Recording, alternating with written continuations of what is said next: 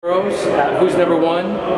Jordan, can you tell us what it was like to grow up wrestling in New Jersey and what you gained from it and what you still love about it? It was awesome. You know, this state has helped me build my mental toughness and the grit that I've had my entire career. So unlike a lot of other states, Jersey had one class that made it really difficult to win a state championship. And so it was tough for me. I had to fight my way and scrap my way to the top, and that made it easier for me to make the transition to college and international. Have you ever talked to Frank Molinaro about that state championship? All the time. Actually, we wrestled in the Pan Am Championships together this summer in Mexico City, and he was our 65 kilo guy, and obviously I was a 74 kilo guy, and so I told him I wanted a rematch, right out 30 seconds. I just be on top, you know, put 30 seconds on the clock. I think I can ride him out now and get that state championship back. Definitely. What's the difference between Jersey and Nebraska wrestling? I think the level of competitiveness. You know, I think Jersey is a little bit tougher on high school and youth level. Obviously, Nebraska's got some tough individuals. We have a number of All-Americans in our program just from Nebraska, but Jersey as a whole is a lot bigger state. I think there's 1.5 million people in Nebraska, and so there's about 8 million here in Jersey. So in terms of sheer numbers and population and density, Jersey's got them beat. But, you know, it's a great place. Jersey's awesome. It's a number of high-level wrestlers that have come from this area. Burroughs, Bruce Baumgartner, myself. And so I'm just looking forward to being just a staple. When you mention great wrestlers from New Jersey, you mentioned Jordan Burroughs. Nice. After it's been a month since the World Championships, can you give us your perspective on it?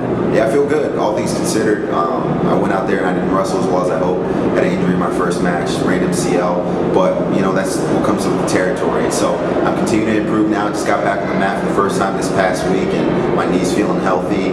Just getting back into returning into shape, improving as a wrestler, working on my technique, and hopefully making another world team and win the world championship in Vegas. All right, for a guy who's been at the top of the world, what do you work on to improve?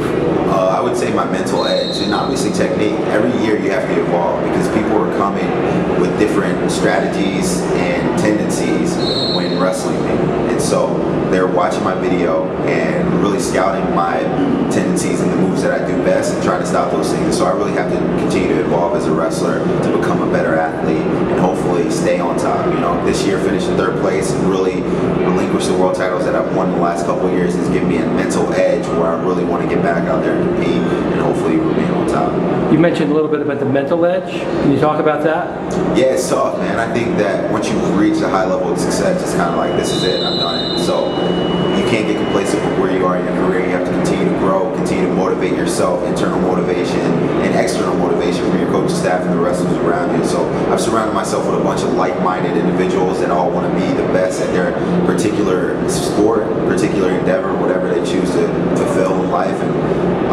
it's been awesome. It's been awesome. So right now, you know, I'm still hungry. I still got, you know, a couple more double legs left in me, and I still feel like I can wrestle up and through Rio or maybe beyond. So besides not eating, what keeps you hungry? You know, just competition. The thrill of competition is awesome. So a lot of people are thrill seekers, and I'm not the biggest daredevil, but my thrill seeking is wrestling David Taylor in the finals of the U.S. Open, wrestling Colin Dake in the finals of the trials, and wrestling Sargouche in the semifinals of the World Championship with All Eyes on Us. And so I don't think you really can quite understand this number of stressful moments I put myself in, but how it's helped me grow as an individual and how it makes everything else in life seem easy once you put yourself in those moments of high pressure. And so that's the thrill seeking for me, and I really love those moments where it's high pressure, everyone's watching, and I've got to go out there and perform. Can I ask about David Taylor? Yes, sir. So I've heard that you and David Taylor's significant others are pretty friendly, and you guys are wrestling each other. How does that impact you guys? Well, me and David are good friends, and so we were really good friends last year, and then obviously things change a little bit when you're competitive with an individual, and so it's tough. I love David. I think he's a great guy. You know, he's got a kind spirit. He's a great young man, and he loves the sport, really wants to help it just evolve to the next level in terms of marketing itself. He's a very marketable wrestler, very likable, and I think that he's going to have a bright future in this sport.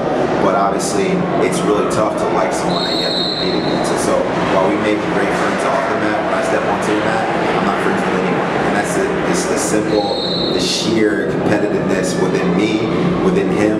And so as friendly as we may act behind camera, I know when he steps out there, he doesn't like me very much and he wants to beat me as well. Thanks. You've been wrestling for almost your entire life. That's it. You still love wrestling? Love it, love it. What do you love about it? I just love the individualistic part of the sport. You know, a lot of times in my life I've been told no, that I wasn't good enough to be accepted into certain avenues and things that I've been kind of held out because of whether I wasn't smart enough, good looking enough, or I just wasn't popular enough. But wrestling is basically a sport where I can go out there and grasp by struggle anything that I've ever dreamed of having. So I love the part where I can train as hard as I can, go out there and compete. No one can tell me no. There's no judges. There's no politics.